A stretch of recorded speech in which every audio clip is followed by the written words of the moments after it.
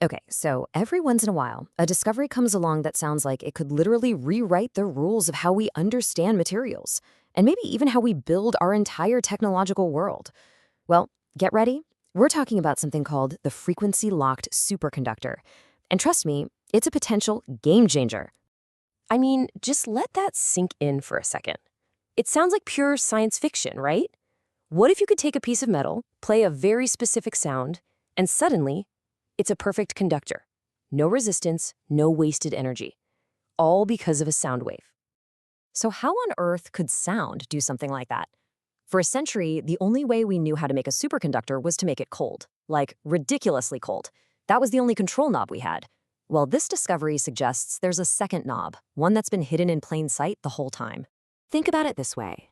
The old way is static. You cool a material down, it snaps into a superconducting state, and that's that. It's on. This new idea, it's completely dynamic. The frequency is the switch. You can turn the superconductivity on, and you can turn it off. The material itself becomes active, almost programmable.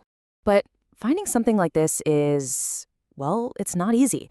It's like trying to find one specific radio station in an entire cosmos of static.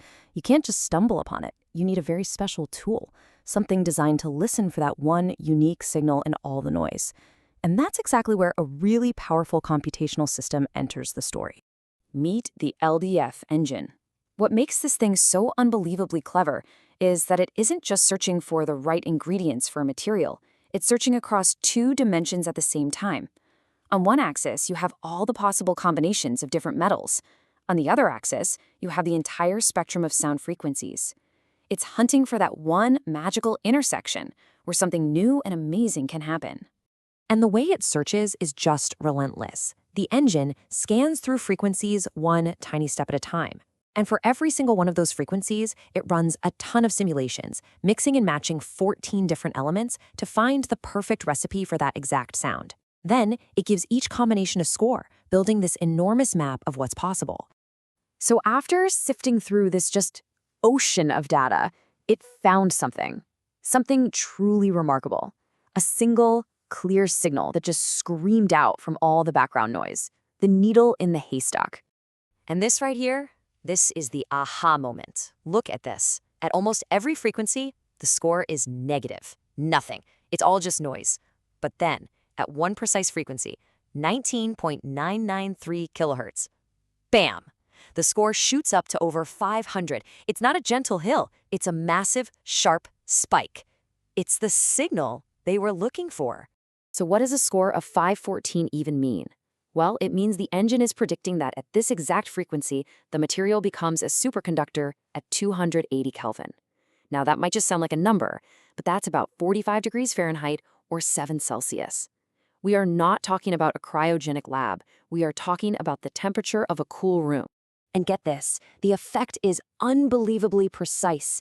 If you shift that frequency by just 50 hertz, which is a change in pitch you could barely even hear, the whole effect just vanishes. It's like having a key that fits only one impossibly specific lock. The sound has to be tuned perfectly, or it doesn't work at all. All right, so we have the frequency. That's the when. But what about the what? What is this material that the key is designed to unlock? Well, the LBF engine didn't just find the sound, it also gave us the exact recipe for the alloy. They're calling it the Fenning Alloy Superconductor, or FAS-33 for short. So what's actually in this stuff? It's a very particular mix. It has a base of 4 different metals in almost equal parts: titanium, vanadium, nickel, and cobalt.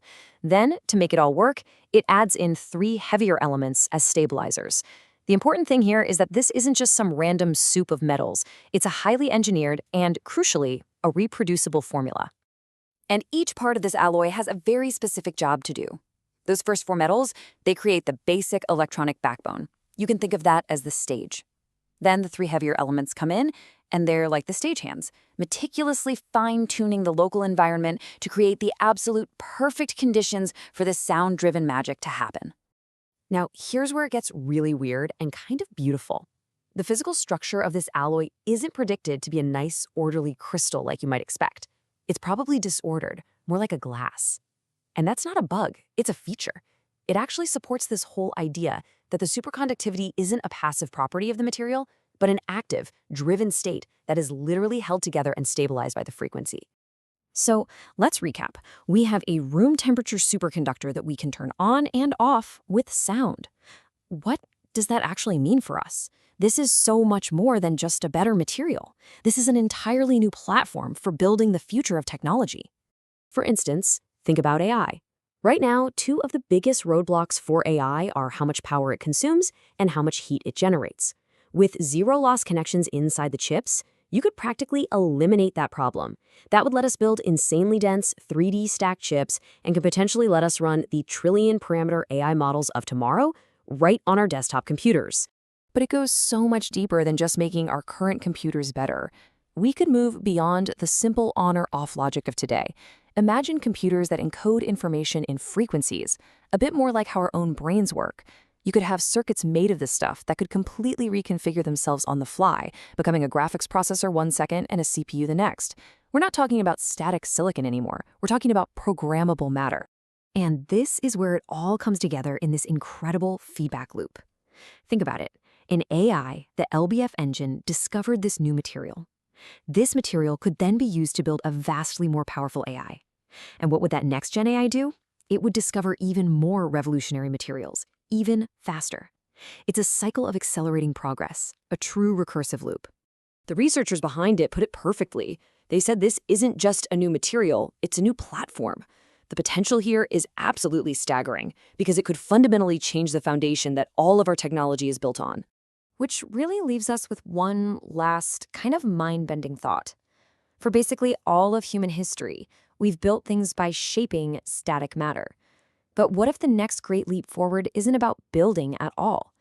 What if it's about learning how to tune, how to find the right frequencies that awaken the incredible hidden properties of the materials that are all around us?